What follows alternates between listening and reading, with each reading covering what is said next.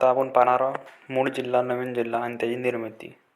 तर रत्नागिरीमधून सिंधुदुर्ग जिल्हा आणि औरंगाबादमधून म्हणजे छत्रपती संभाजीनगरमधून जालना जिल्हा हा 1 मे 1981 निर्माण झाला. त्यानंतर उस्मानाबादमधून लातूर, चंद्रपूरमधून गडचिरोली उस्मानाबादमधून लातूर हा जिल्हा 16 ऑगस्ट 1982 रोजी तयार झाला. त्यानंतर चंद्रपूरमधून गडचिरोली हा जिल्हा 26 ऑगस्ट 1982 तयार झाला. त्यानंतर मुंबई शहरमधून मुंबई उपनगर हा जिल्हा 1990 निर्माण झाला. त्यानंतर अकोलामधून वाशिम हा जिल्हा 1 जुलै 1998, तर त्याच रोजी धुळेमधून नंदुरबार हा जिल्हा निर्माण झाला. त्यानंतर परभणीमधून हिंगोली हा 1 मे 1999 निर्माण झाला. त्यानंतर भंडारामधून गोंदिया हा जिल्हा 1 मे 1999 निर्माण झाला. त्यानंतर आता ठाणेमधून पालघर हा जिल्हा 1 ऑगस्ट 2014 निर्माण झाला. ठाणे हा जिल्हा 36वा जिल्हा असून पालघर हा जिल्हा 36वा जिल्हा असून 34वी जिल्हा परिषद पालघर येथे निर्माण झालेली आहे. त्यानंतर महाराष्ट्र स्थापनेवेळी 26 जिल्हे, 299 तालुके व 4 महसूल विभाग होते, परंतु आता 36 जिल्हे, 358 तालुके आणि 6 महसूल विभाग आहेत.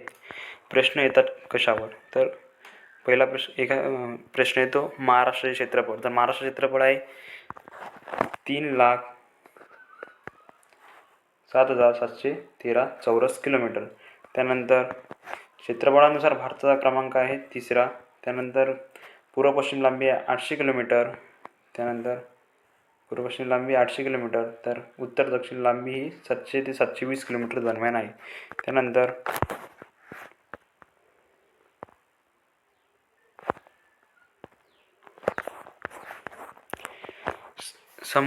लाभलेला समुद्रकिनारा, महाराष्ट्राला लाभलेला समुद्रकिनारा हा आहे 720 किलोमीटर अंतर. त्यानंतर एकूण जिल्हे आहेत आपल्या महाराष्ट्रामध्ये आता 36. त्यानंतर जिल्हा परिषद आहेत 34, एकूण तालुक्यात 358, पंचायत समिती आहेत 351. त्यानंतर महानगरपालिका आहेत 29वी जालना, तर 28वी इचलकरंजी ही महानगरपालिका कोल्हापूर जिल्ह्यातील आहे. त्यानंतर महाराष्ट्रामध्ये नगरपालिका एकूण 244. त्यानंतर नगरपंचायती 146.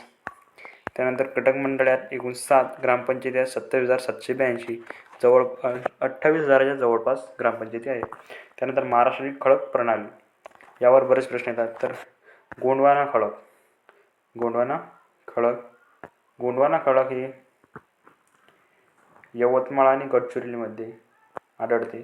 त्यानंतर आर्कियन खडक, ही खडक वेंगुर्ला आणि सावंतवाडी येथे आढळते. विंध्य खडक चंद्रपूरमध्ये आढळते. तर धारवाड खडक गोंदिया आणि भंडारा येथे आढळते. त्यानंतर कडप्पा खडक हा कोल्हापूर आणि सिंधुदुर्ग आणि चंद्रपूर येथे आढळते. यवतमाळ येथे आढळते. तर आजच्या व्हिडिओमध्ये एवढं. धन्यवाद मित्रांनो.